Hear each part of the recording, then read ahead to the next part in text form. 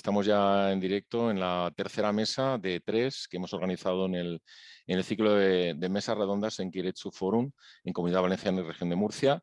La primera fue allá por el 13 de junio y hablamos de cómo seleccionamos startups. La segunda fue hace una semana, el día 20, y hablamos de cuál era el proceso de negociación. Y ahora ya vamos con la última fase, para resumirlo en 3, que yo creo que es la más entretenida. Además, tenemos unos ponentes de primera magnitud que nos van a explicar, pues seguramente, pues, bueno, su propia experiencia al respecto. Y de lo que se trata un poquito aquí es de que veamos, que pongamos encima de la mesa nuestra propia experiencia para saber que en lo que se trata de un acompañamiento, qué es lo que cada uno hace, que cada uno tendrá seguramente su receta, y qué éxitos hemos tenido un poquito, ¿no? Para saber si efectivamente eso es solo un mito o es realidad. También valen los exits por cero, ¿vale? O sea, que decir, si ha habido un por cero, pues se dice, no hay ningún problema. Pero bueno, lo interesante es ver un poquito dentro de los portfolios de inversión de las personas que gestionan fondos y que ahora nos acompañan, pues ver un poquito cuáles han sido sus políticas iniciales y luego qué es lo que ha ocurrido. Recordaros de todas formas que a partir de, bueno, que mañana mismo a las 4 de la tarde tenemos nuestro foro de inversión que será presencial en ADEIT, en Valencia, y que os invitamos a todos, todas, para que os acerquéis, porque luego lo mejor del foro luego es saludarnos, charlar y bueno, pues comentar en el networking habitual, pues estas cosas. Sin más, voy a presentar a Tom Horsey para que él mismo nos diga desde... ¿Estás en Sevilla, Tom? Sí, Porque ahora mismo yo sí. no sé si estás en Grecia, Sevilla, sitúame, por favor. Es una No, broma, no, Tom. Bueno, Tom Horsey, que gestiona un fondo de inversión allí en Sevilla, y nos puedes contar mejor que tú nadie seguramente qué hacéis y cómo os llamáis, y bueno, un poquito, preséntate, Tom. vale. Pues después se lleva unos cuantos años, pues en total 13 años haciendo inversión como Business Angel, y en los últimos 8 a tiempo completo, con un equipo montado. Pasamos a montar un fondo de inversión, pasamos por una fase invirtiendo con el Fondo Europeo de Inversiones. Tiene una línea que se llama en España Isabel la Católica, pero bueno, es el European Angels Fund a nivel europeo. Bueno, el 22 de abril, es decir, justo hace 2 meses, empezamos como fondo regulado por la NMV, CNMV. sí, muy bien. Y bueno, estamos en fundraising, por lo que si alguien quiere saber más a nivel de inversión, que nos contacten. Es compatible totalmente con la inversión como Business Angels. De hecho, queremos potenciar e estamos potenciando la coinversión por parte de nuestros inversores. Y poco más, entramos en etapas tempranas. Somos un Business Angel, pero con más capacidad financiera. En una Tenemos etapa, capacidad de vamos a hacer... decir que una etapa seed o semilla, ¿sí? O pre-seed. Sí, semilla, pre-seed. Realmente, en las primeras 10 inversiones que hemos hecho, hemos tenido, si valoración sirve de algo, que quizás como barómetro de la etapa de una startup, sí, pues hemos entrado desde 400.000 euros hasta 4,2 millones. Es decir, que cubrimos todo lo que es desde pre-seed hasta seed. Sentimos muy cómodos en etapas tempranas porque realmente en el fondo somos emprendedores y entonces pues tenemos mucho que aportar a los emprendedores por nuestra experiencia propia y nuestras propias ganas de hacer que las cosas pasen, ¿no? Pues entiendo, Tom, que seguramente que cuando nos hables de tus éxitos y de cosas más concretas en tu fondo y de cuáles son vuestras políticas de inversión y multiplicadores, levantarás seguramente el interés de la gente que pueda participar en tu fondo, muy bien gestionado, y mucho ánimo y mucha suerte. Vamos a saludar también a Eva Turanzo de Women for STEAM. Bueno, Eva, cuéntanos un poquito, por favor, estas mujeres emprendedoras que trabajáis con sedes, si me equivoco, me corriges, en Barcelona y Valencia, no sé si también en Madrid. Te presentas y nos cuentas. Muchas gracias, Juan Carlos. Gracias por invitarnos. Pues sí, Women Angels for STEAM es una asociación de Business Angels. La verdad es que es joven porque nacimos en mayo del 2018, capitaneadas por Regina Llopis, una matemática muy conocida por su experiencia y su expertise en inteligencia artificial. Y realmente nuestra idea, nuestra misión es, primero, incrementar la presencia de mujeres inversoras en el ecosistema de inversión, porque nos faltan mujeres. Queríamos democratizar la inversión, por eso puede ser asociada e invertir exclusivamente en 1.000 euros al año, quiero decir, es accesible a todo el mundo y eso es lo que queríamos hacer, acercar el mundo de la inversión a las mujeres que quieran, sin necesidad de tener unos grandes ahorros. Y luego, por otro lado, como no podía ser de otra manera, queremos primero apoyar a mujeres emprendedoras en STEAM, en todo lo que tiene que ver con ciencia, tecnología. Nosotros incluimos la A por eso STEAM, ¿no? De arquitectura y arte. Pero realmente, ¿por qué? Porque entendemos que las mujeres siguen teniendo, por los datos estadísticos, todavía menor probabilidad de acceder a créditos en la misma proporción que los hombres y por eso queremos que solamente apoyamos aquellos proyectos en el que existan fundadoras, en el que en la parte directiva y promotora de la propia empresa haya mujeres de una manera más o menos equilibrada y la verdad es que nos ha ido bastante bien porque llevamos muy poco tiempo, hemos crecido mucho, la asociación tiene carácter internacional, tenemos asociadas de muchos países, de Suiza, de Francia, de Bélgica, tenemos inversoras a lo largo de todo el territorio nacional, desde el norte al sur y el este y al oeste, o sea que realmente es una asociación con vocación absolutamente internacional. Y luego, pues como tú sabes, pues muy preocupada por el buen gobierno y el buen gobierno en las startups es un tema que preocupa y que nos debe ocupar. Y aquí, si quieres, lo dejo. Bueno, cuando lleguemos al momento de la gobernanza, hablamos de algún consejo asesor y consejera claro, independiente. Y, claro que sí. Bueno, tú ya me conoces. Claro que sí. Ya hablaremos también de vuestros exits o lo que proceda. Claro ¿vale? que sí, Muy bien, Rafael del Castillo, de Stocken Capital. ¿Qué tal? Buenas tardes. Muy buenas tardes, es un placer estar con vosotros. Me alegro.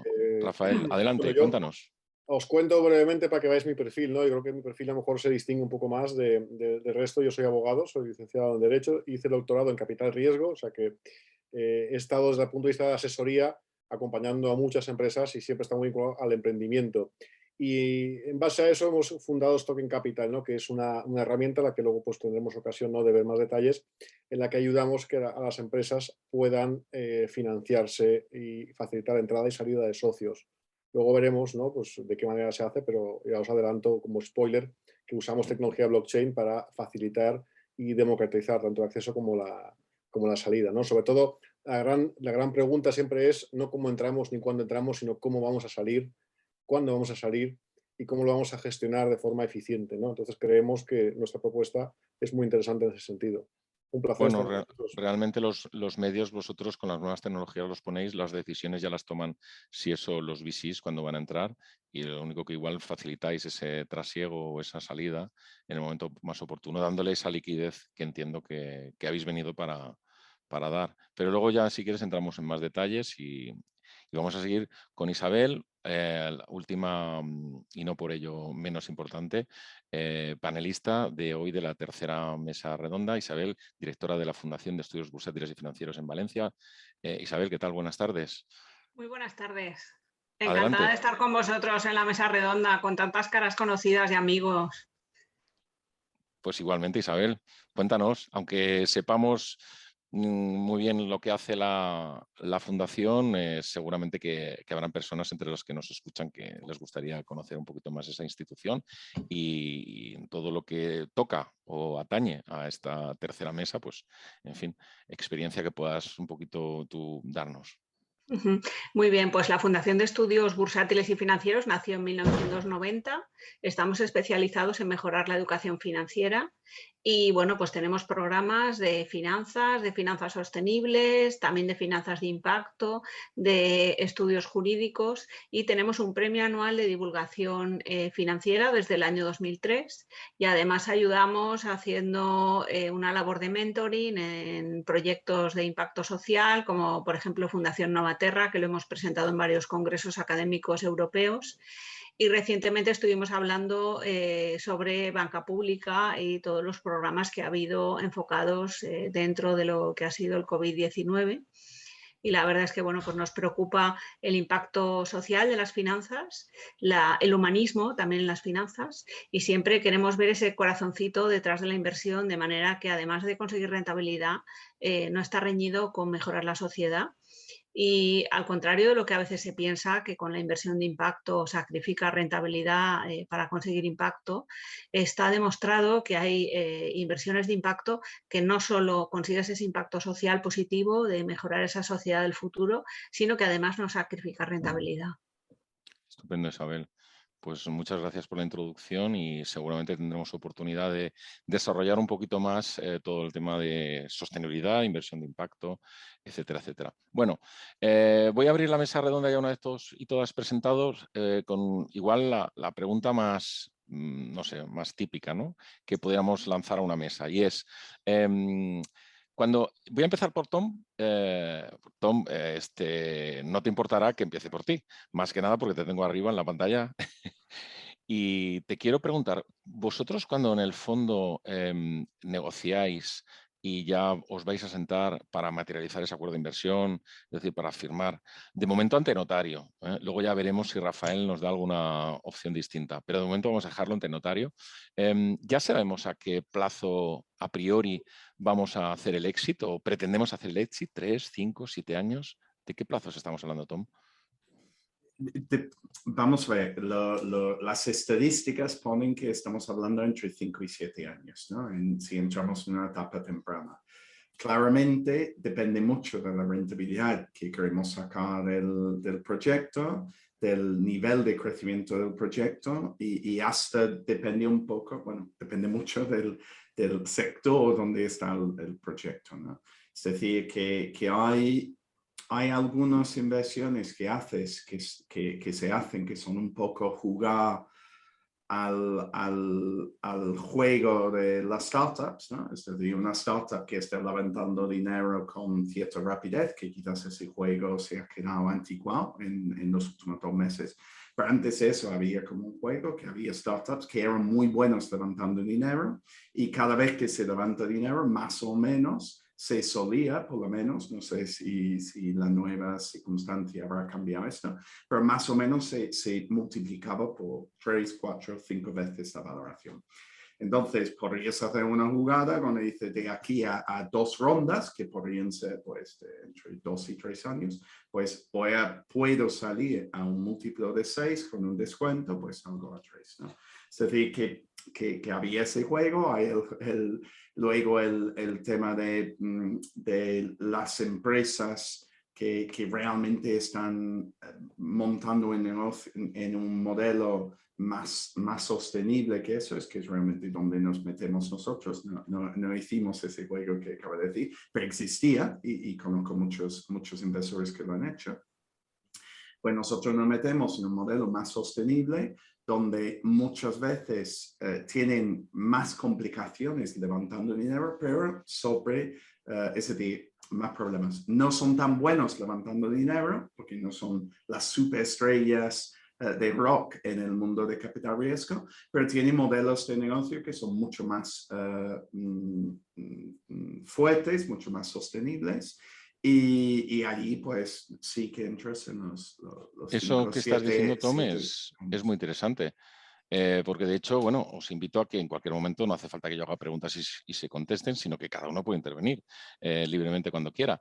Lo digo porque has hablado de lo difícil que es levantar a lo mejor esas rondas para los proyectos más sostenibles, pero sin embargo son los que a lo mejor llevan la marea o toda la No, coyuntura a la que nos estamos enfrentando, ¿verdad? vale, la razón que digo que esos son generalismos y Vale. los generalismos no funcionan en el mundo de startups, que son personas y estamos Sí, hablando de sí. muchos distintos tipos de personas y muchos distintos tipos de empresas y modelos de negocio y todo, ¿no? Y sectores y tal. Pero Sí. lo que quiero decir que hay, estaba haciendo una comparativa entre Sí. el juego del mundo startup y el Claro. juego, digamos, más o el modelo más habitual, ¿no? de inversión en una startup. Y es verdad que si tú dedicas más tiempo a tu negocio y menos a levantar dinero, probablemente tu negocio va a ir algo mejor, pero vas a levantar menos dinero. O por cuestión de tiempo, ¿no? Entonces, si los que dedican más tiempo al negocio, pues a veces, no siempre, a veces tienen modelos que son más fuertes, ¿no? más claro. duraderos, Claro. en ese sentido. Pero a la vez no van a estar haciendo el juego de startups, que es un poco hacia donde ahora nos está llevando el mercado, ¿no? Hacia los modelos que, bueno, que no es tan importante tener que levantar una ronda cada 18 meses, que hasta los medios de comunicación lo han puesto como súper bonito, ¿no? Además, yo digo a las startups que levantar dinero no es nada. Es decir, sí, es mucho trabajo y todo lo demás, pero no significa nada. Lo que significa algo es cuando tus ingresos son mayores que tus costes. Claro. Y cuando eso es cada vez mayor y está creciendo a una rapidez, pues eso sí es un modelo. Has dado la definición exacta de aquellas empresas que realmente vienen a lo que vienen, es decir, a ganar dinero, y no aquellas empresas que se dedican a decir que su break-even point no es ahora, sino dentro de 2 años, y las vuelves a ver dentro de 2 años y dices, no, dentro de 2 más, pero nunca cruzan ese break-even point, ¿vale? Y entonces estamos siempre voy a rondas. Cada vez las rondas, obviamente, digo que valgo más, pero ¿dónde está el dinero? No sé, ¿me entiendes, verdad, Tom? Sí, sí, cuidado con eso. Estamos exagerando, ¿no? Estamos vale. diciendo exageraciones, pero bueno, claro, sí. Por claro. un lado tienes el modelo súper sostenible, mis ingresos son mayores a mi coste, y por otro lado de la escala. ¿Y tu ratio de inversión más o menos, o sea, perdón, tu ratio de exit, el por 3, por 5, por 20, así, ¿con cuál te conformas de salida? Aunque luego, por ejemplo, puedas en un momento de decidir, mira, me salgo y hago un por 0, o digo, oh, esto va muy bien y puedo alcanzar un por 10, no lo sé. Pero así a priori, cuando tú estás pensando en ese horizonte temporal del que has hablado, 5 o 7 años, ya te estás en mente, ya tienes seguramente un porcentaje. El mínimo que pedimos es cuando antes de entrar, el mínimo que pedimos es un mínimo de 10x. Vale, por 6, o sea, por 10, perdón. Por 10. Sí, es verdad que eso no se consigue en todos los casos, ojalá. A veces se consigue más y a veces menos. Miren, los últimos exits que hemos hecho, de hecho he hecho 2 en el mes de junio. Uno ha sido a 4,7 y uno ha sido a 5,2. Bueno. Que está bien. Además, el 5,2 todavía es un exit parcial y todavía quedamos con un 9,7%. Todavía tenéis ahí, no habéis liquidado toda la cartera, todavía os queda cartera. Y tenemos acaban de meter un dineral en la empresa y puede ser que vamos a ver si te parece, Tom, a ver las mujeres de Women for Steam que también hacen exits, ¿qué nos pueden decir al respecto? De sus horizontes de planificación en la inversión y de qué éxito han tenido o cuáles a priori creen que pueden tener. Bueno, vamos a ver, te puedo contar lo que hemos tenido ya hasta ahora, ¿no? Es que de eso se trata, cuéntamelo, claro, cuéntanoslo. Ten en cuenta que nosotros empezamos en 2018, a finales de 2018. Bueno, perfecto. Tenemos en este momento, yo creo que son 25 compañías, de las cuales 2 las hemos liquidado, que eran sobre todo del inicio, en las que hicimos caso omiso de las buenas prácticas y entraron rápidamente y todas muy alegremente. Fue nuestra primera novatada, y del resto pues te puedo decir que ya hemos hecho 3 salidas. Una todavía no es pública, de las 2 que sí que son públicas, una fue la Valenciana Emotion, que fue una nota convertible de por 2 más 8% de intereses en menos de un año, bueno, en un año y muy poquito. Y en otra, que entró un socio industrial, tuvimos un 35% de rentabilidad. Y en la última, que está ahora ya prácticamente a punto de verse la luz, es un por 3. También en unos 3 años. ¿Cómo tomáis las decisiones? ¿Colegiadamente? ¿Es el comité de inversión? Nosotros somos una asociación, realmente invertimos cada una en lo que queremos, y lo que pasa es que luego o vamos o no vamos, y entonces en ese sentido, pues sí que es verdad que normalmente nosotros hacemos una ronda de toma de decisión colegiada previa. Si hemos llevado a alguien sindicado también, decidimos conjuntamente, pero yo te diría que en estas cosas para un buen éxito hay que tener, y bueno, y ahí yo creo que Rafa del Castillo lo explicará perfectamente, hay que hacer una buena preparación previa. Yo creo que en el exit está todo vendido si tú no has hecho los deberes previamente de saber atar esa nota convertible o ese pacto o haber hecho tus deberes correctamente. Por tanto, yo creo que la preparación es clave del éxito. Bueno, Rafa, ahí por le doy alusiones te le va a doy- tocar ahí contestar, te o sea, ya doy- lo dejo ahí, ¿no? Eva, se lo pasamos a Rafa. Venga, Rafa, Rafael. Así hacemos un coloquio un poco más divertido. Claro, claro, por Podríamos hablar supuesto. durante horas y podría... Bueno, vamos a intentar hacerlo un poco más Sí, corto, sí, si por puede ser, eso venga. nos metemos en un terreno que es apasionante y es a la vez Sí, muy peligroso, ¿no? a ver. Porque hay Yo tantas... creo que el balón que te centra Eva es para que tú lo remates a gol, pero sin hacer otro pase más, ya directamente, a portería. Pues efectivamente, como os decía, ¿no? Cuando planteamos, o sea, si queremos una buena salida hay que plantear una buena entrada, ¿no? Y la buena entrada requiere que las cosas se hagan bien, ¿no? Lo que bien empieza, pues bien acaba o bien debería acabar. Por tanto, es fundamental que haya una serie de cosas que en los pactos de socios o que se hayan valorado, que se hayan incorporado, se hayan negociado, se hayan discutido, para luego no llevarse sustos y sorpresas. Si hablamos desde el punto de vista del emprendedor, pues que al final el emprendedor entienda qué es lo que está firmando. Uno de los peores consejos, ¿no? que suelen hacer es no asesorarse por alguien especializado en la materia especializada, ¿no? en emprendimiento, en capital riesgo y en abogados que han tratado con esto, porque hemos visto term sheets firmados donde la gente ha firmado algo que a la salida el emprendedor pues se lleva nada, salvo la alegría, ¿no? de haber participado en una salida sin haber participado económicamente, ¿no? Entonces, para evitar estos casos, y no digo que al final los inversores sean malos, sino simplemente pues, es una cuestión de negociar y saber a lo que venimos y qué firmamos. Hay una película muy buena, ¿no? que todo el mundo habrá visto, se acordará, ¿no? de Facebook, ¿no? Es una película, la cito porque es alguien que todo el mundo ha visto, cuando al final los socios, por no haber leído bien lo que firmaban, pues uno de los socios de Mark Zuckerberg se quedaba sin nada, simplemente se diluía y se quedaba fuera. Yo creo que esto es un impacto visual muy fuerte para que la gente que nos sigue pueda echar un vistazo y entender, ¿no? la importancia y no menospreciar la forma de estructurar la salida, ¿no? Muy bien, Rafa. Rafael, no sé si te puedo llamar Rafa o Rafael. ¿Hay confianza? Como tú prefieras. Es que me sale Rafa, no sé, Sí, sí. lo siento.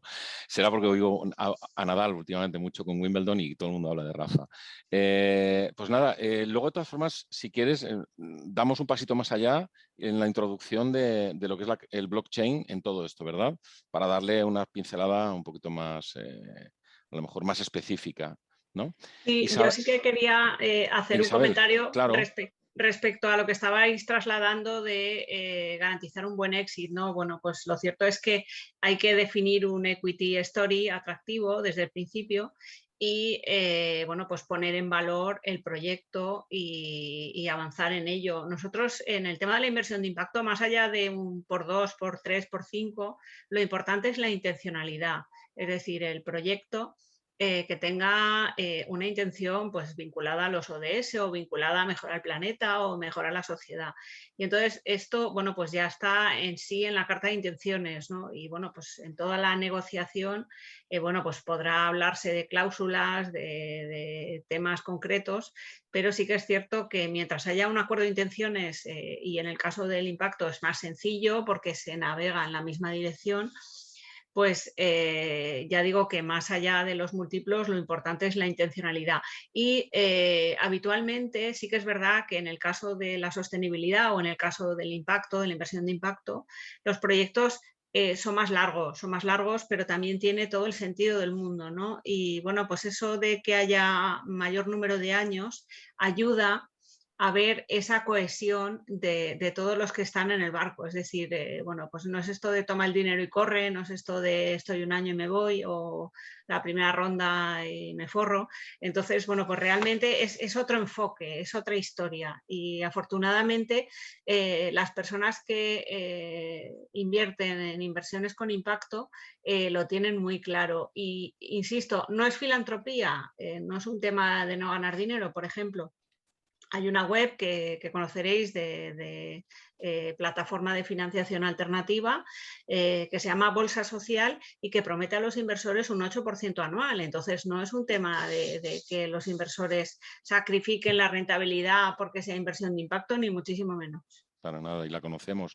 Y además entendemos que efectivamente en esas plataformas de crowdfunding que existen, que algunas son de nicho, o sea, están centradas exclusivamente en temas sociales, pues me parece que están aportando algo a la sociedad muy importante y que además dan esa rentabilidad que, como es lógico, cuando un inversor se acerca por rentabilidad. Si además cumplimos algún otro objetivo, pues mucho mejor, pero efectivamente tienes toda la razón del mundo, Isabel, en que las inversiones de impacto tienen que ser rentables, sino por filantropía, bueno, la justa, ¿verdad? Eva, se me había antes pasado comentarte, yo no sé vosotros, porque sí que es verdad que Tom se ha mojado, el ratio de cuando tomáis, porque has hablado de que tienes un 25 participadas en el portfolio, pero no en los exits que has hecho, sino cuando os planteáis entrar, ¿os planteáis con algún horizonte temporal de 3, 4, o sea, 3, 5 años, 7 años y algún porcentaje de multiplicador?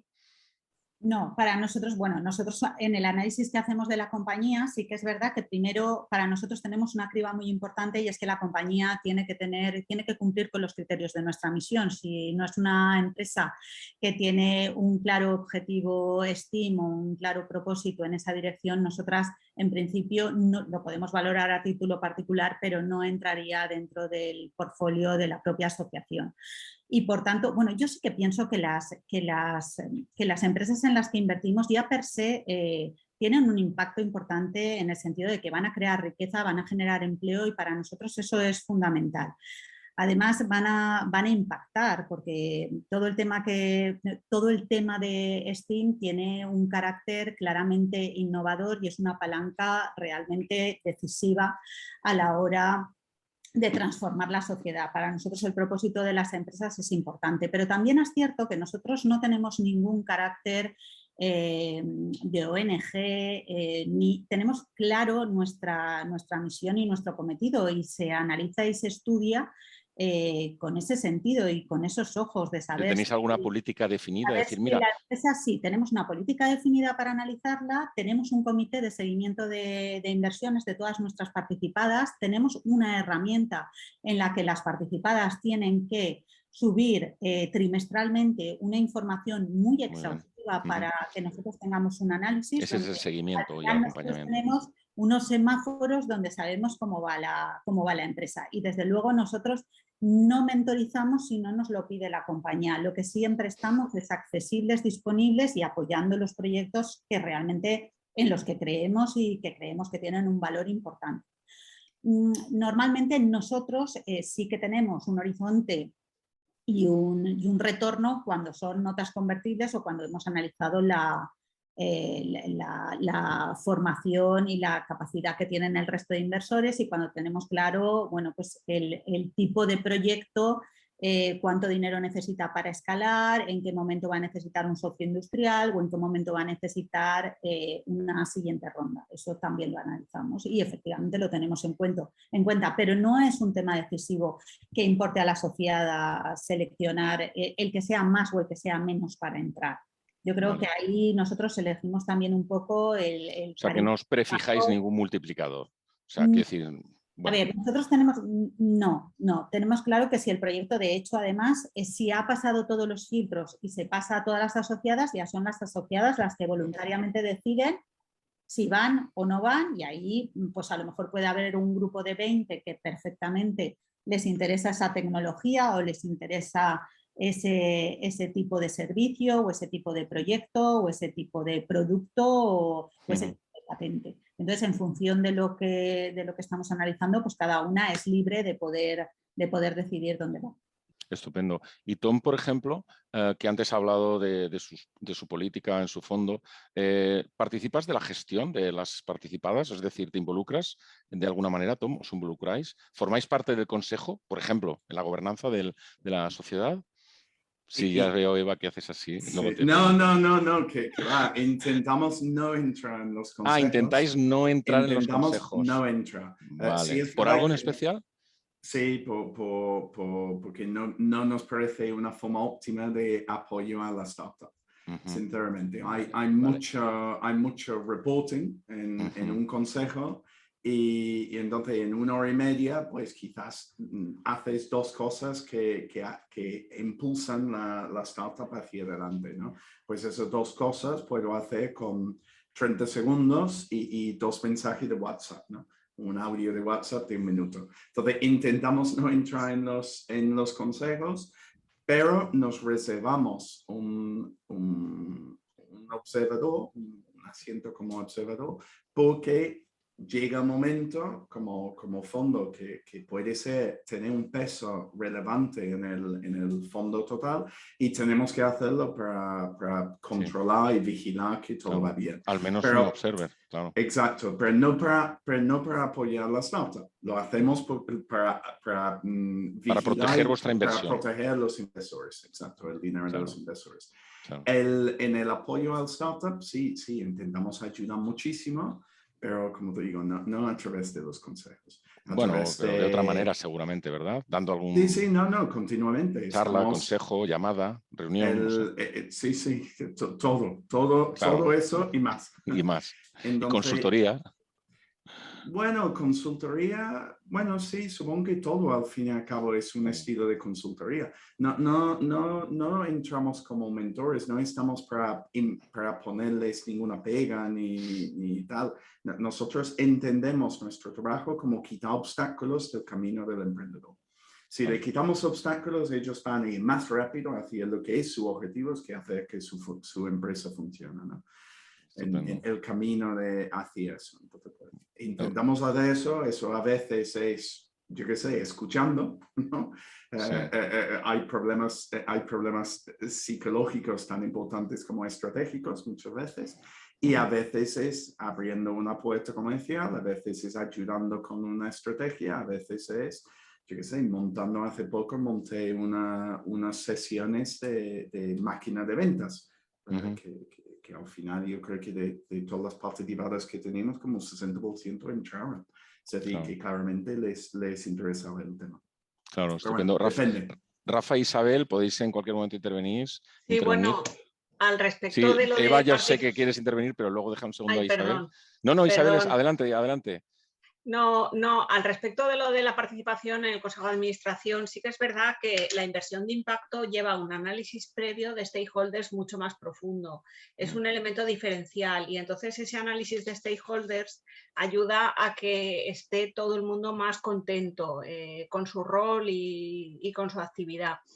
Y sí que hay que recordar la responsabilidad de los consejeros, es decir, un consejero tiene una responsabilidad. Entonces, esto de entrar pero no entrar no se puede estar soplando y sorbiendo, ¿no? Y entonces, en ese sentido, sí que es importante el papel a veces con las startups del consejo asesor. Por eso tiene su sentido, porque el consejo asesor, digamos que no entra dentro del consejo de administración, pero sí que ayuda, mentoriza, impulsa, apoya, ofrece networking, para asesora, todo lo que pueda hacer falta a una startup que es bastante, por así decirlo, frágil o vulnerable.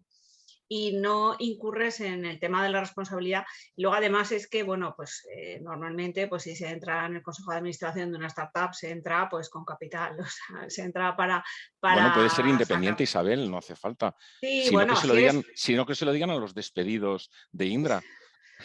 Y perdón por la cuña. Eso ha sido un tema polémico de esta semana.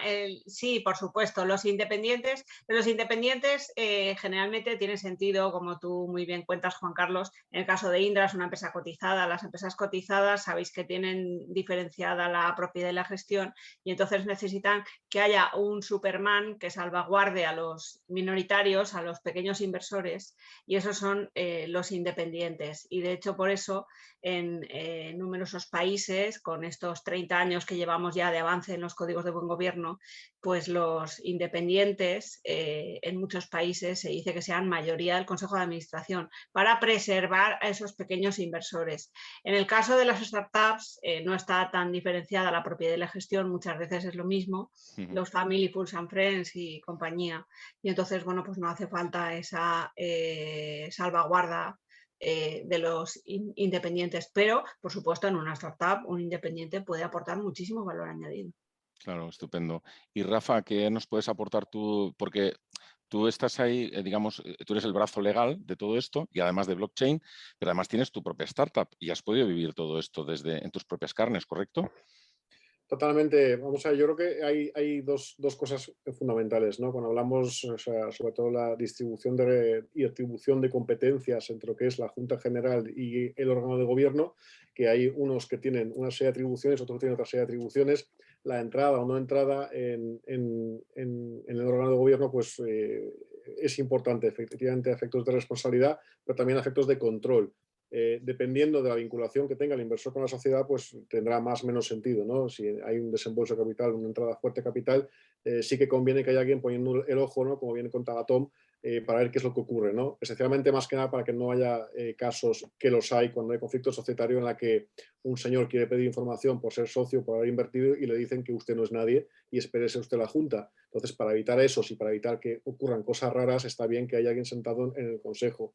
Y es una cuestión de confianza y es una cuestión de transparencia, ¿no? Entonces, por ejemplo, en nuestro caso, nosotros siempre nos hemos basado en la tecnología para maximizar la transparencia de esa información y de esa comunicación entre, digamos, el capital y el órgano de gobierno. Precisamente la buena gestión o el buen gobierno de que hablaba Isabel, ¿no? De las sociedades cotizadas, al final lo que hay que intentar o procurar, y como bien sabemos, si miramos estudios económicos, el buen gobierno es bueno económicamente para las empresas porque crece el valor de las empresas. Las cosas bien hechas tienen buenos resultados. Entonces, traer un poco eso a la startup, a la pyme, es un reto muy importante, pero es el camino al que habría que apuntar, ¿no? Porque las cosas bien gestionadas, bien organizadas, con un reporting bien estructurado, pues incrementa valor porque disciplina mucho al emprendedor. El emprendedor, el problema que tiene es la falta de disciplina, porque no tiene experiencia o porque está muy metido en su negocio y no ve, está muy focalizado en lo que tiene que hacer, ¿no? Que es vender, vender, vender, vender. Y a veces dice, bueno, el reporting, los estos ya lo iré haciendo, o lo va dejando, lo entiende como una burocracia innecesaria o algo que es más engorroso que beneficioso. Y ahí empiezan los problemas, ¿no? Cuando hay que firmar juntas de forma atrasada, ahí se nos ha olvidado, hay que mandar esto, y empezamos a hacer cosas muy raras, ¿no? Que se acaban viendo, y eso a la larga es malo, porque no nos permite ver un problema, identificarlo, ¿no? Por las métricas que hay a tiempo. Y si hay gente que nos acompaña, que tiene experiencia y dice, cuidado, mira, aquí tienes esta métrica, te está yendo muy mal, deberías prestar atención a esto y hay que revisar estas cosas. Rafa, ¿tenéis consejo en Stocken? Tenemos en Stocken propiamente no, todavía no hemos hecho una ronda, estamos con fondos propios funcionando. Pero cuando empecéis la ronda, igual la gobernanza os la tomáis en serio, ¿verdad? Por supuesto. Vale. Si no, Eva os hace una llamada. Sí, totalmente. Bueno, lo estabais diciendo antes, yo creo que profesionalizar la toma de decisiones a través de un consejo siempre tiene buenos resultados, y más ahora con todos los principios y criterios ESG, que como sabéis le van a dar y le están dando ya una importancia a la gobernanza determinante, ¿no? Determinante porque al final, bueno, oiga, dígame usted cómo toma las decisiones, ¿no? ¿Y con quién? ¿Y es usted el administrador que ejecuta, que realiza, que planifica la estrategia, o tiene usted una toma de decisiones mucho más profesional? Yo hacer algunas puntualizaciones, ¿no? Totalmente de acuerdo con mis compañeros en el sentido de que en nuestro caso, como somos muy rigurosas y hemos querido tener una asociación muy profesional desde el principio, hemos querido elevar el nivel de profesionalización de las empresas en las que invertimos, y por eso somos muy rigurosas con los documentos de confidencialidad, pero con la entrega de reporte y de información. Si las empresas quieren nuestro dinero, tienen que reportar de una manera transparente, de una manera cuidadosa y de una manera completa y exhaustiva trimestralmente, porque de alguna manera ponemos el foco en ayudarles a profesionalizar también esa gestión, ¿no? A veces nos damos cuenta de que adolecen de tener dificultades en tener ese cuadro de mando, de ejecución, de cumplimiento claro, y por tanto yo creo que es importante poner el foco e incluso hacérselo ver en un momento determinado, pero con una cierta anticipación, no cuando todo ya está servido, ¿no? Porque efectivamente, sabéis, todos tuvimos que arrimar el hombro en nuestras empresas con el COVID, pero es verdad que en las que llevábamos un seguimiento y un control mayor y estaban más profesionalizadas, los trabajos se habían hecho mucho antes. Y luego, por otro lado, deciros que, hombre, que es también nuestra responsabilidad. Es muy cómodo estar como observadores en un consejo, por esto mismo de la responsabilidad. Pero, O sea, que utilizáis esa fórmula, Eva, observadores, no os tenéis no, consejeros en las nosotros participadas. hemos tenido de todo, hemos tenido invitaciones. Nosotras ten en cuenta que no participamos con un capital excesivamente importante en las empresas y por tanto no somos dominicales o no tenemos un porcentaje con el que poder tener esa llave de sillón en el consejo, ¿no? Correcto. Entonces, pero sí que es verdad que por las características, por nuestras peculiaridades, por el aporte de valor que hacemos, siempre nos invitan a participar o bien como observadores o bien en el propio consejo asesor y tiran mucho de nosotros porque al final tenemos una red de contactos valiosísima, tenemos profesionales de primer nivel en todos los comités y todo eso al final la empresa invertida, la empresa participada lo ve como un puntal fundamental para utilizar, ¿no? Entonces nos utilizan mucho y nosotros también agradecidas de poder ayudar. O sea, nuestro éxito es el éxito de la empresa en la que invertimos y por tanto si podemos servir de ayuda, por supuesto estamos siempre dispuestas a ayudar. Pero sí que es verdad que, bueno, pues que a veces hay que revisar cosas, ¿no? Por esto Rafa antes hablaba de la dilución o no del propio emprendedor. Los Excels ahora lo soportan todo, ¿no? Y creo que nosotras también somos bastante cuidadosas en revisar esos importes un tanto peculiares y extraños de algunas empresas que todas cuando empiezan valen lo mismo y simplemente es justamente por esto, ¿no? Por no diluirse en las siguientes rondas. Yo creo que entre todos debemos hacer un ejercicio responsable de qué es lo que estamos haciendo con el dinero que existe ahora mismo en el mercado y qué tipo de proyectos estamos apoyando y si estamos poniendo el foco, orden, claridad y si estamos dando un mensaje realista a los emprendedores que a veces están un poco... Claro, estoy de acuerdo, Eva. Y comparto contigo esas reflexiones y además las hago extensivas al resto de la mesa porque a mí ha llegado un momento que me ha dado la sensación de que quizás estábamos en una etapa de burbuja startup, no sé si me explico, burbuja, igual que hubo burbuja del ladrillo, igual había un poquito de burbuja en el que, bueno, todo el mundo se tiraba hacia el emprendimiento, pero proyectos realmente invertibles eran muy pocos, porque buscaban a lo mejor, pues eso, darse a conocer, levantar rondas, pero en el fondo no había proyecto detrás que, bueno, que el mercado al final a cada uno le coloca en su sitio, pero para eso necesitamos pues, los análisis que hacéis tanto en Women for STEAM como en el resto de fondos, el de Ionic de Tom, ¿verdad? Tom, antes no sé si te he preguntado o me has dicho, o igual no he anotado, ¿vale? Porque sí que Eva se ha mojado, ha dicho que tiene 25 en su portfolio. ¿Tú cuántas tenéis en vuestro fondo? Activas tenemos unos 60.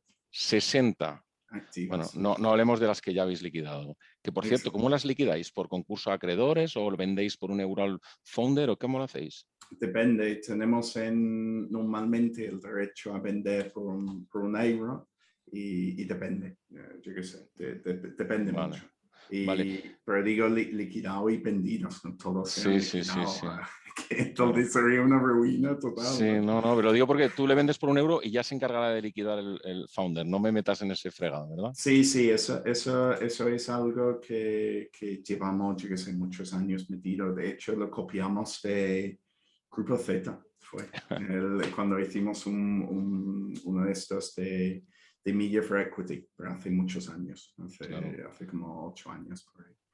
Muy bien. Iba a decir una cosa antes. Sí, pues la dices cuando quieras, Eva Tom, no hay estaba problema. hablando del reporting y cuando yo he dicho que no nos metemos en el consejo porque no vemos que sea súper óptimo en cuanto al apoyo a la startup, sí que es súper necesario tener la información de la startup. Si no, vamos como ciegos. Si yo quiero ayudar a una startup y no sé nada de lo que está pasando, o me tengo que poner a llamarles y ya le estoy quitando tiempo que debería estar dedicando a otra cosa y además no tengo el tiempo para hacerlo, o tiene que tener un sistema de reporting pues regular, ¿no? Que sí es verdad que hace tiempo era más mensual y hoy en día pues la mayoría están pasando un poco más al tema trimestral. Quizás porque se están profesionalizando y mejorando el nivel de información que se suele dar en los informes, ¿no? Perfecto. Y Pero veo bueno. que por lo tanto tenéis mucha diversificación. Pues 60 participadas está muy bien, sin contar las liquidadas. ¿Crees que la diversificación es el único método de mitigar el riesgo startup? Bueno, es uno de los métodos. Yo creo que hay muchos tipos de diversificación también, que hay una diversificación en cuanto a sectores, hay una diversificación Tecnología. en cuanto a etapas, hay diversificación en cuanto a tecnología y hay diversificación en cuanto al tiempo. Es decir, estas cosas son modas. De repente veis 6 empresas que hacen lo mismo, que 6 meses antes no había visto ninguno y 6 meses más tarde no veis ninguno. Entonces, aquí hay cosas que ocurren en el mundo y hay emprendedores en todo el mundo que dicen, hoy yo voy a resolver este problema, ¿no? Entonces, todos suelen, o hay mucha gente que suelen pensar en soluciones similares en un momento similar, ¿no? Entonces hay una diversificación en el tiempo. También bueno, tú has hablado antes de la burbuja, pero al fin y al cabo, todo en la economía macroeconómica, en las bolsas, en todo, es una montaña rusa. Ahora, históricamente ha sido una montaña rusa que no se ha llevado para arriba, ¿no? Pero es una montaña rusa. Entonces, si diversificas tus inversiones en el tiempo, pues pillas momentos en el mercado en alza y momentos en el mercado en más baja, ¿no? Entonces, pues te mitiga un poco el riesgo de las valoraciones. Pero bueno, que luego la pregunta era si la diversificación es la única forma de mitigar. No, has dicho que ya perfectamente que no. No, y yo creo que no. Yo creo que la coinversión también es una forma de mitigar los riesgos. En este caso, lo que Eva ha hablado de Women for STEAM, que hay muchas personas en muchos sectores que cada uno tiene su nivel de conocimiento y su capacidad de apoyo a las startups. Si tú inviertes con gente que entienda mejor o que tenga más capacidad, por lo que sea, de ayudar a una startup, pues entonces pasa a mitigar de cierta forma tu propio riesgo, ¿no? Y por eso, cuando yo dije al principio que como fondo proactivamente queremos que coinviertan nuestros inversores con nosotros, es en gran parte por eso, ¿no? La inteligencia colectiva funciona, el apoyo colectivo funciona. Cuantos más aliados tengamos, mientras sean aliados que aportan valor y no lo quitan, que hay de todo tipo, que mejor va a salir la startup.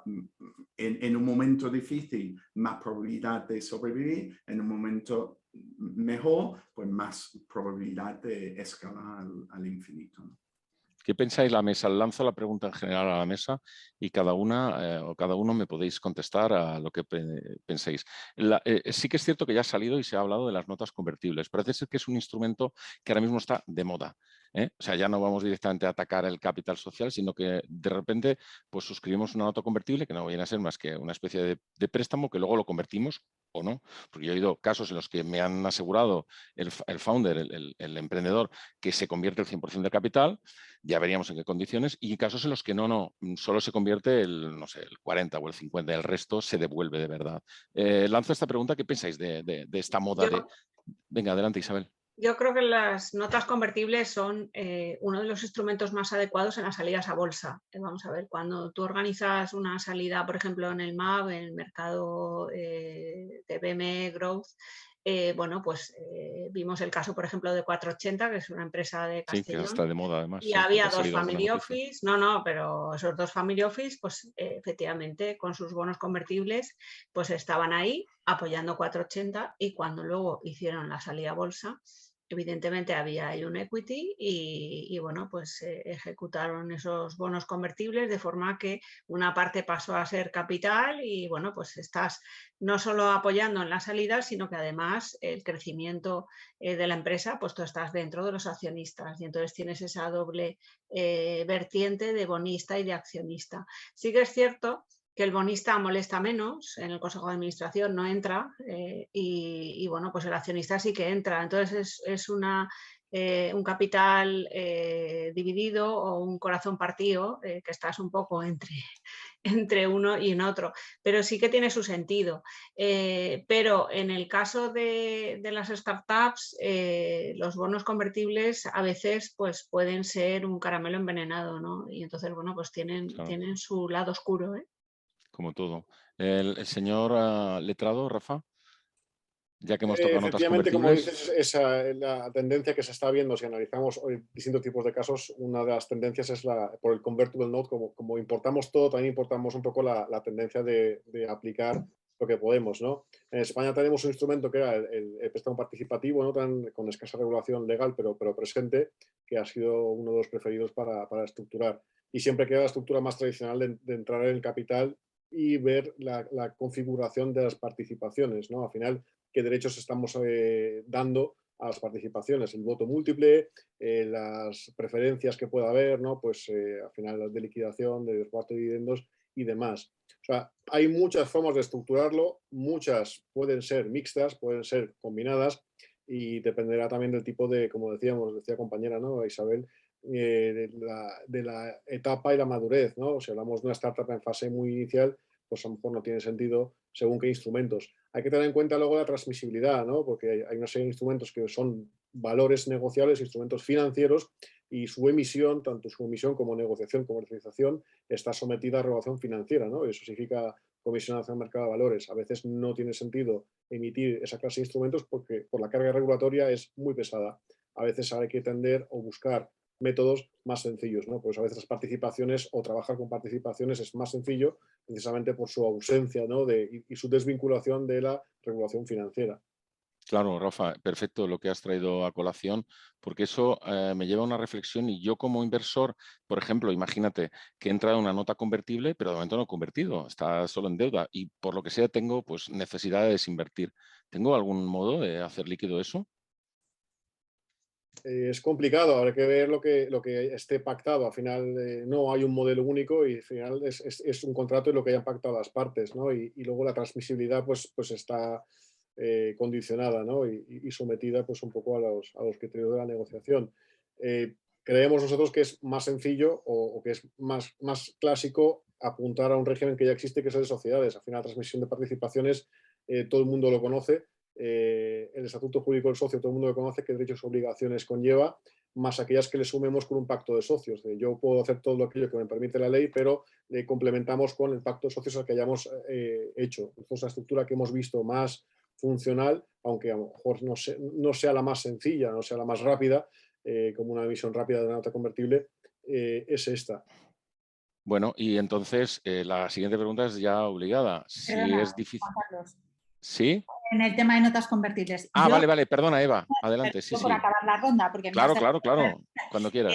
No necesariamente tiene que ser una nota convertible porque vaya a salir rápidamente a bolsa. En nuestro caso, por ejemplo, hemos tenido notas convertibles porque hay ya un préstamo y sobre todo si trabajas con Estados Unidos, pues normalmente se hacen notas convertibles y es lógico, y si la empresa ya tiene a alguien subido en la compañía a través de una nota convertible, pues lo normal es que el resto del proceso siga siendo el mismo. Yo le veo muchas ventajas, no le veo realmente inconvenientes, y más cuando entras con poco capital, que tampoco te vas a sentar en el consejo. Me parece que está todo muy claro. Obvio. Y que puedes hacer... Tom ha levantado la mano. Sigue, Eva, sigue. Puedes hacer muchas cosas siempre y cuando lo regules, ¿no? Entonces, en nuestro caso, si tienes una buena nota convertible y está bien redactado y tus condiciones han quedado claras y lo has negociado bien, no tiene por qué generarte ningún tipo de problema. Tom, ¿decías algo? Sí, bueno, para crear polémica, sí. Yo sí tengo mucho en contra de notas convertibles, que a mí me gusta saber a qué precio compro, ¿no? Hemos hablado antes que la venta, la salida, depende mucho de la forma de que entres. Claro. Una de las formas que entra es el precio. Yo necesito saber cuál es el precio realmente de entrada. Y una nota convertible suele ser de acuerdo a la próxima ronda con un descuento. Con un descuento, efectivamente, así es. Y con un floor y un cap, ¿no? Entonces, quiero decir, pues, si yo estoy entre tal valoración y tal valoración, pues a esta quizás me convence, a esta no.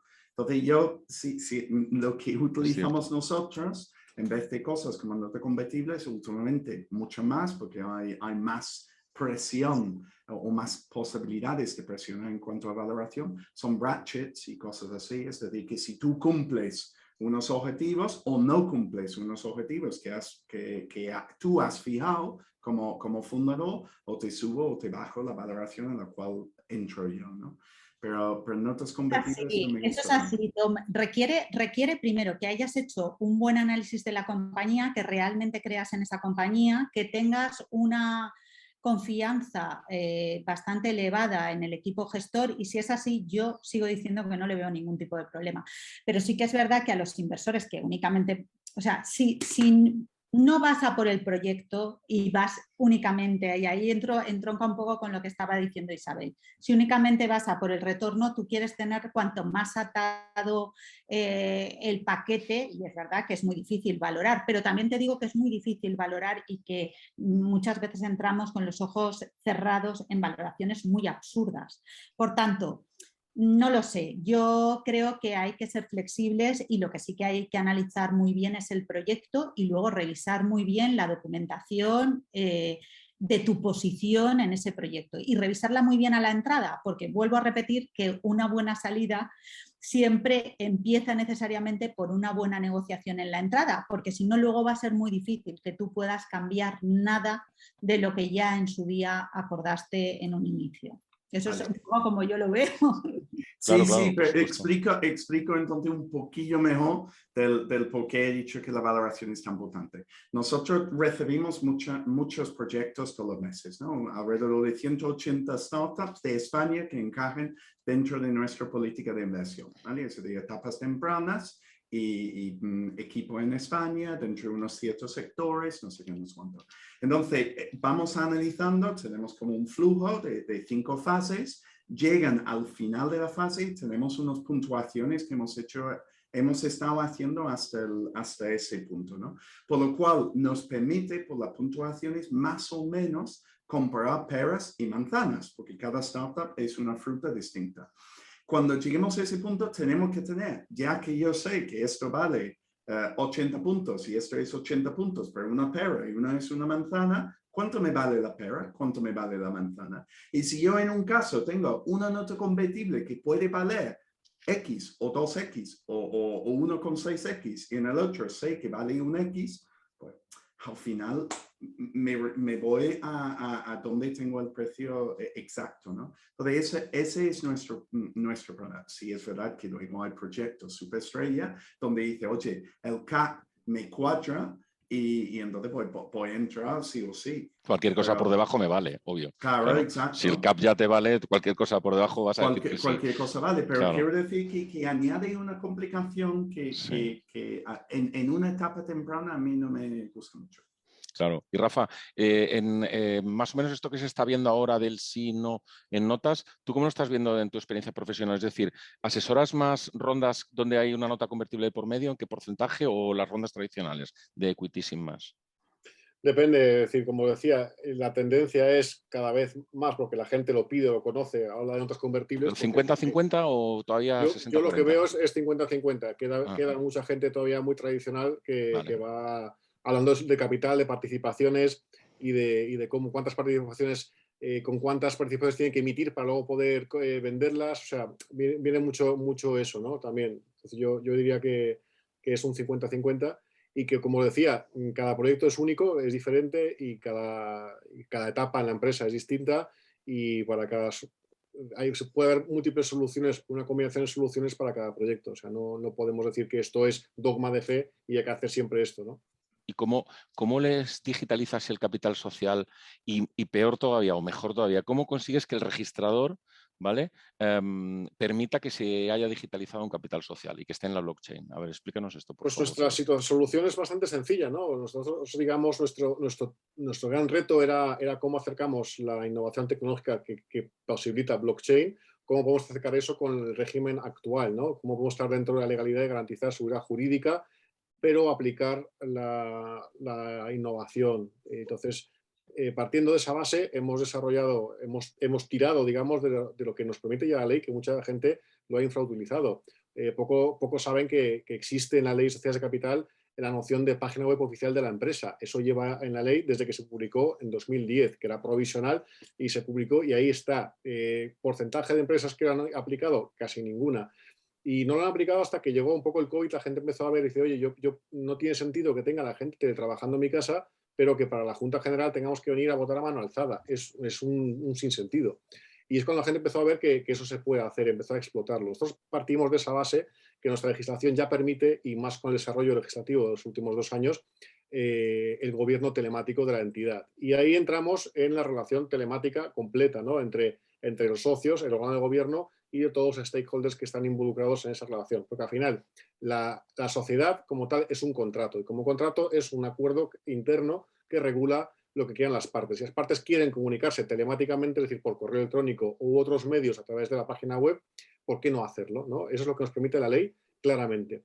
A partir de ahí, nuestra idea es, oye, ya que hemos identificado a estos señores y a las señoras que van a participar, ¿por qué no les permitimos que puedan seguir interactuando? Oye, yo quiero desinvertir, yo querría traspasar, como tenemos a las personas identificadas, permitimos que este le pueda vender al otro tranquilamente con la misma facilidad, que no tengamos que obligarles a ir al notario a hacer una escritura de compraventa. Eso la ley también lo permite. La ley nos dice que la compraventa de participaciones debe estar constar en documento público, pero hay jurisprudencia supremos de hace más de 10 años, también una jurisprudencia poco conocida, que nos dice que el notario al final de cabo es un mero medio de prueba, y que si sustituimos al notario como medio de prueba y ponemos un registro en una blockchain pública, nos vale perfectamente para poder acreditar el día de mañana que se ha ejecutado un contrato de compraventa de unas participaciones. O sea, no es constitutiva, sino declarativo. O sea, vamos al notario simplemente porque queremos voluntariamente.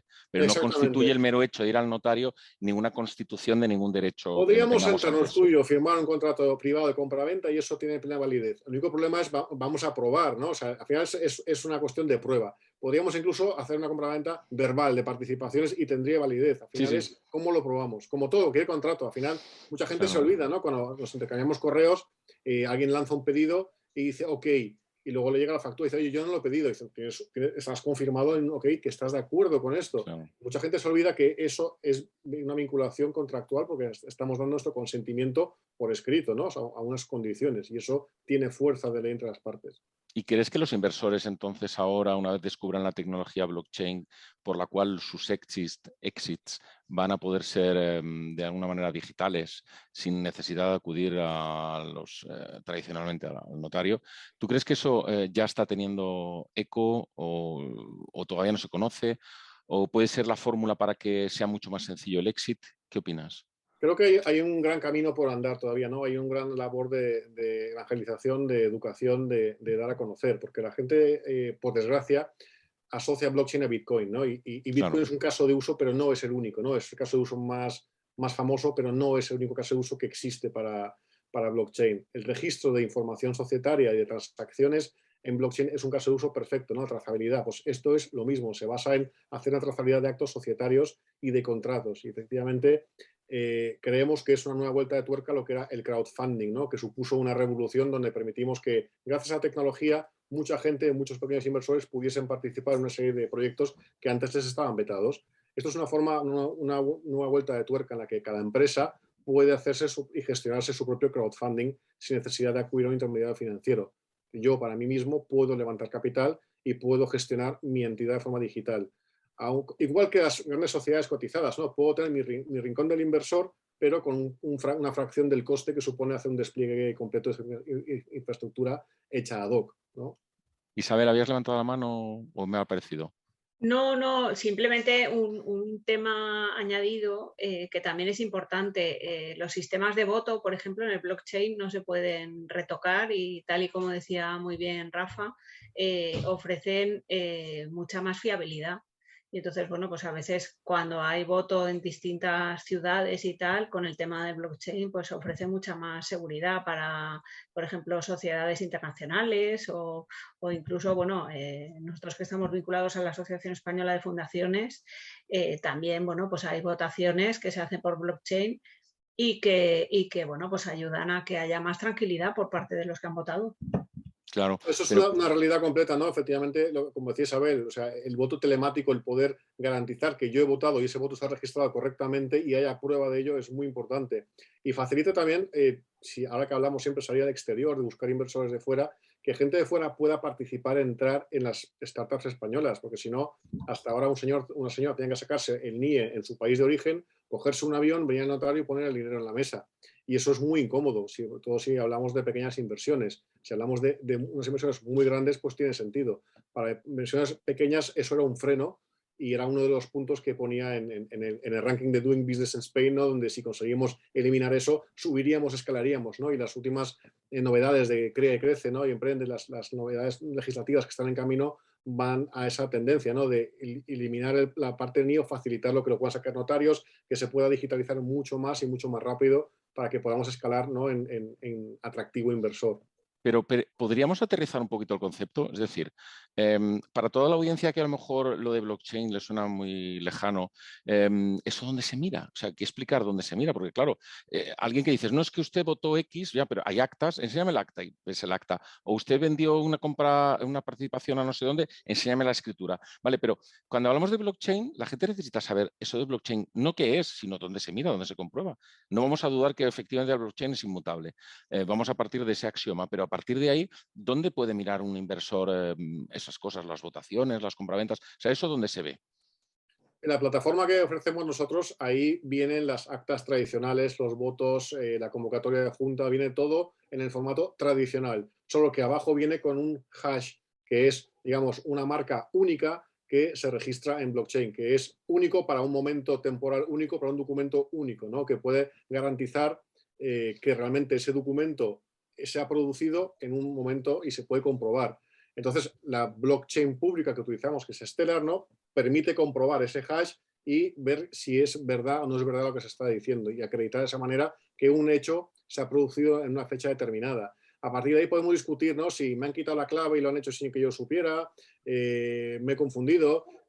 Podemos discutir de muchas cosas, ¿no? De si me había tomado a lo mejor un par de copas de más y no estaba en mi sano juicio. Cuando lo hizo me amenazaron para hacerlo, pero eso es una cosa que se puede discutir. Lo que no se puede discutir es que un hecho se ha producido en una determinada fecha y que se ha hecho una Estoy de compraventa, que se ha hecho acuerdo. un acto que se ha votado en una junta. Claro. Pero, Isabel, por ejemplo, vosotros utilizáis la misma red o otra red dentro de lo que es la blockchain para hacer lo mismo que dice Rafa.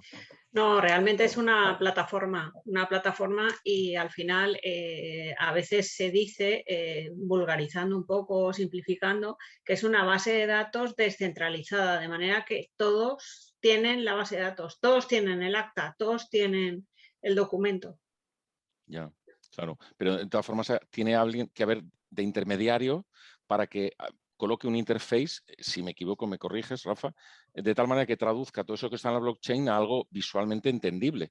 Pues claro, un hash por ahí suelto en una red Stellar, como has hablado, pues no se sabe ni por dónde empezar a buscarla. Hay una cuestión que tiene que ver con la seguridad y con la protección de datos. Es decir, al final el blockchain, como decía Isabel correctamente, es una base de datos descentralizada en la que todo el mundo puede acceder y leer. Entonces, lo que no podemos hacer y no debemos hacer es subir información sensible. O sea, no deberíamos subir todas las actas, todas las compraventas, todos esos datos privados. Porque cualquiera lo puede ver, entonces. ¿De qué?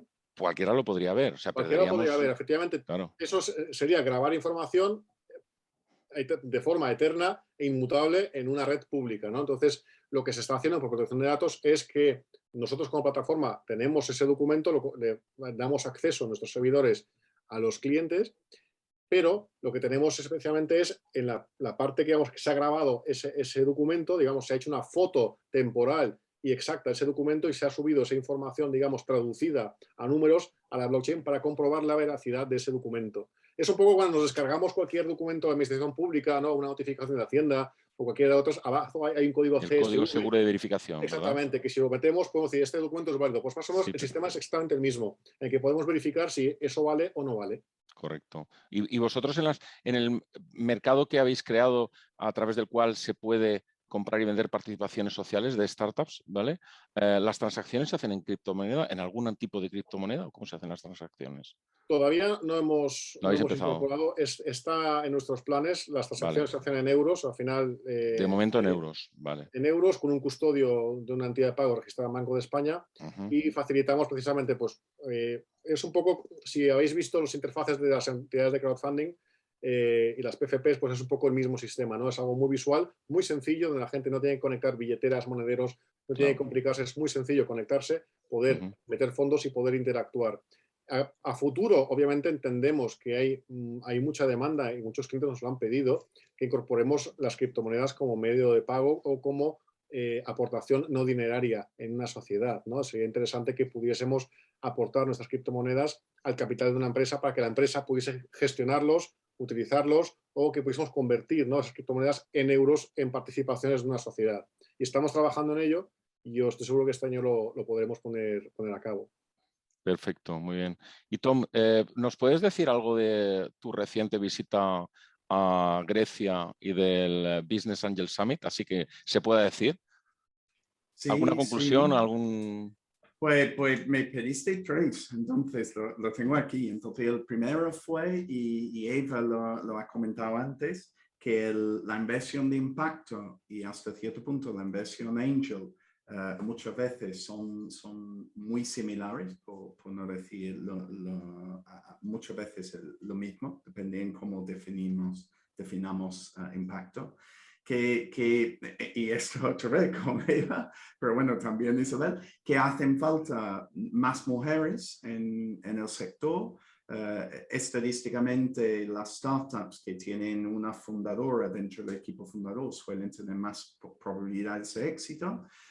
Y muchas veces necesitan apoyo, yo por lo menos me he dado cuenta, y necesita apoyo también de inversoras, no de inversores. Yo no he sido capaz de ayudar de una forma tan eficaz a una mujer como a un hombre. No siempre, vuelvo a decir que los generalismos son muy malos, pero me ha pasado que he tenido problemas apoyando a mujeres. Las mujeres tienen una forma de ver cosas de una forma distinta a los hombres somos mucho más simples normalmente, y que la coinversión ayuda a reducir riesgos. Esas serían, digamos, las 3 cosas a nivel global que se ha ido comentando más o menos en todas las ponencias y mesas redondas. Y yo añadiría una cosa más, claro, que nosotros somos muy exigentes con valoración siempre. Y me he dado cuenta que las conversaciones sobre valoración son las mismas en todas partes. O sea, quizás la valoración cambia un poco, en Barcelona es más alto que en Sevilla, en Alemania es más alto quizás que en Barcelona, pero las conversaciones son exactamente iguales. Y en este momento quizás aún más, ¿no?, por la situación macroeconómica. Está estupendo que hayas tenido ese feedback de ahí. Eva, ¿nos Juan quieres Carlos, decir algo? me tengo que despedir. Es que son mi parte, tengo que entrar en otra. Bueno, pues Eva, ha sido todo un placer tenerte aquí y si quieres decir algo de despedida lo dices y si no te hacemos así, goodbye y hasta la próxima. Me sumo a las palabras que ha dicho Tom, ¿no? Yo creo que hay que animar a que, como en todo, seamos diversos y que más mujeres se sumen al ecosistema de startups, al ecosistema inversor, y yo estoy seguro de que conjuntamente podemos hacer un trabajo fantástico. Se trata de apoyar, se trata de que las empresas funcionen, prosperen y que entre todos, bueno, pues podamos seguir generando empleo y un crecimiento que la sociedad necesita. Así que con un mensaje muy positivo me despido y agradeceros haber compartido una mesa tan interesante. Espero veros pronto. Muchísimas gracias. Muchas gracias, Eva. Que vaya muy bien. Nos vemos. Vamos a seguir el resto, o sea, que no se vaya nadie todavía. Aún seguimos bastantes personas conectadas en la tercera mesa de Keiretsu Forum, que trata de acompañamiento a startups y de exits. Seguimos con Tom Horsey, con Rafael del Castillo y con Isabel Jiménez y estamos ya a escasos 12 minutos de cumplir con el tiempo establecido. O sea, esto debería terminar a las 5:30 aproximadamente y vamos a ser muy rigurosos con el tiempo. Con lo cual, yo iría ya a una ronda final de preguntas o de conclusiones, o como le queramos llamar, para ir un poquito ya cerrando o empezando a cerrar. Como hemos hecho preguntas, pero a lo mejor a alguno de las personas que se han apuntado les gustaría conocer la respuesta a su pregunta. Hemos recibido deal flow o preguntas del público directamente y yo he anotado unas cuantas aquí.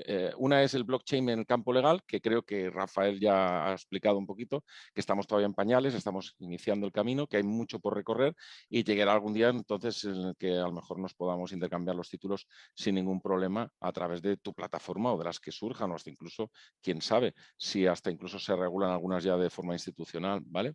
Hay otra pregunta que habla de la dilución de fundadores.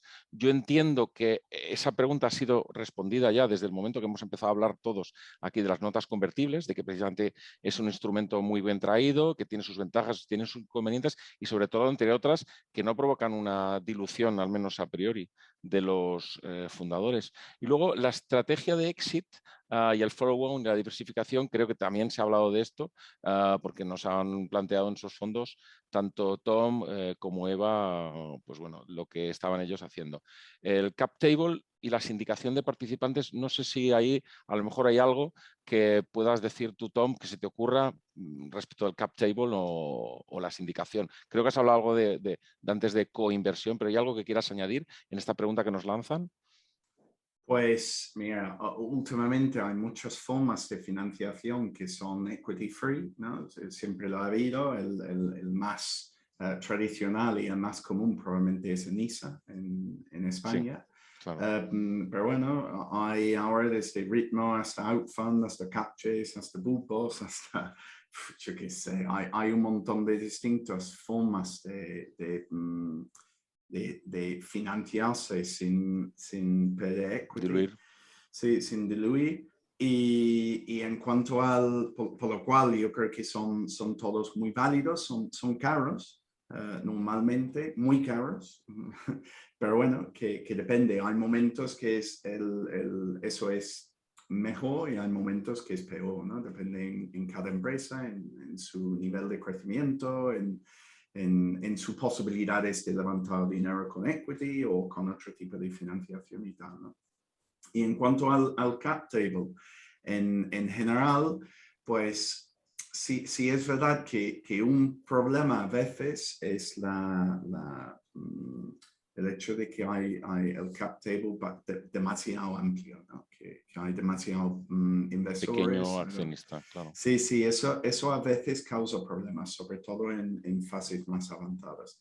A la vez, da más posibilidades de liquidez al pequeño inversor, porque no a las mismas condiciones, normalmente con descuentos importantes, pero bueno, depende de la empresa, el momento de haber invertido, la valoración a cual se ha invertido, pero sí es verdad que si tú tienes un 0.1%, pues hay veces que un inversor, la propia empresa, quiere limpiar el cap table, y entonces no va al inversor que tiene un 10%, va al inversor que tiene un 0.1%. Entonces, bueno, que como todo Entonces en la la vida... sindicación también es posible.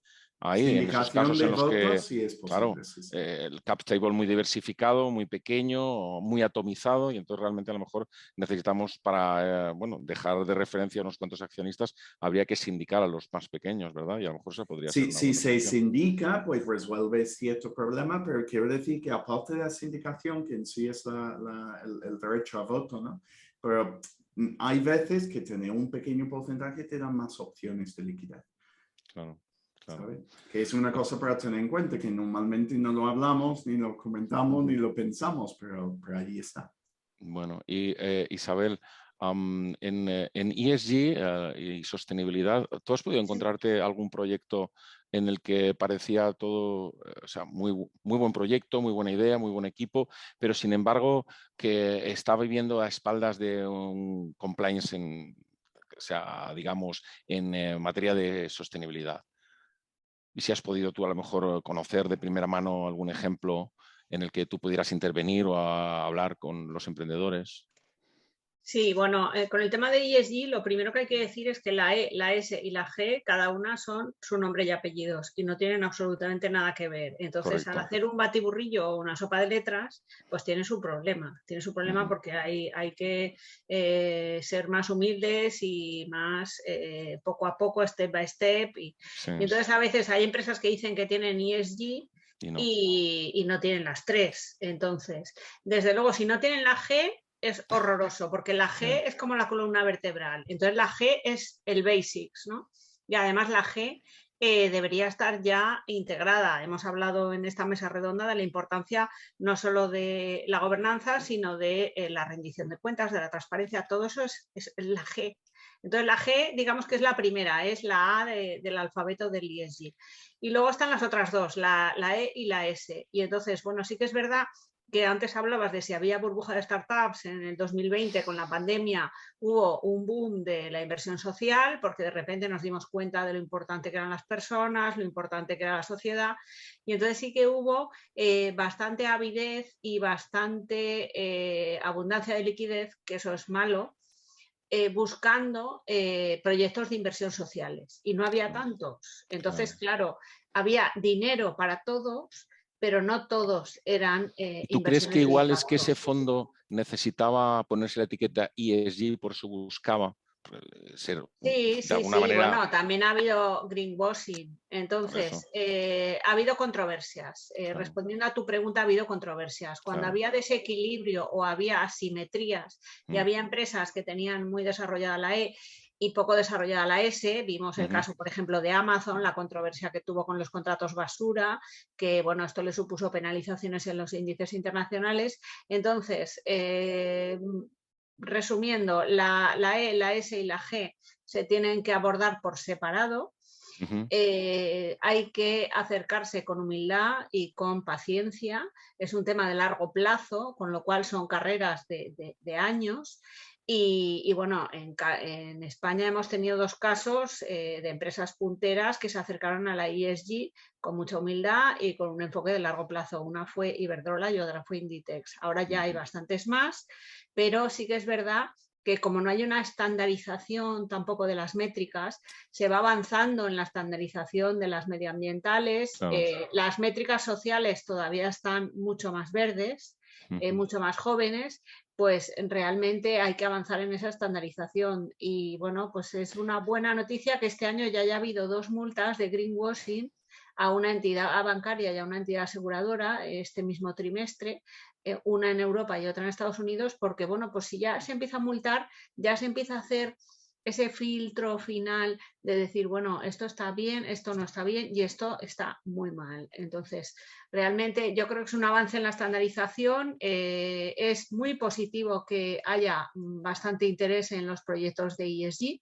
Y respondiendo a una persona que en el chat ha dicho la edad media, es verdad que los proyectos ESG interesan especialmente a los jóvenes. Los inversores jóvenes están encantados, los millennials, todos ven una diversificación natural en sus carteras, incorporar proyectos con ESG.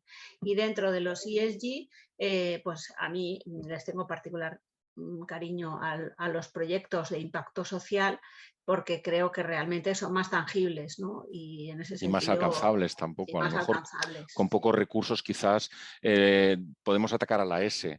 La G va de suyo. La E es más complicada. Igual lo tenemos que dejar para Amazon y estas grandes, ¿no? Que quieren hacer huella de carbono neutral. Tom, ¿eso es que quieres hablar o que te vas? No, que quiero hablar. Vale, Tom, adelante. Perdona, pero que yo creo que estamos, todo el mundo de innovación, emprendedores, inversores, cooperativos, todo lo que estamos trabajando en el mundo de innovación, estamos para resolver problemas. Y hay un problema súper gordo que nos afecta a todos, que es el cambio climático. Cuando el permafrost de Siberia empieza a descongelarse y saca el metano al ambiente, pues yo creo que vamos a ver que quizás unos años antes deberíamos habernos centrado en un problema concreto, porque todos los demás problemas van a ser súper pequeños comparado con lo que nos va llegando, ¿no? Ya vemos, bueno, creo que Laos, Sri Lanka, Egipto, hay un montón de países donde ya hay problemas. gracias a lo de Ucrania, ¿no? Pero ya hay problemas sociales.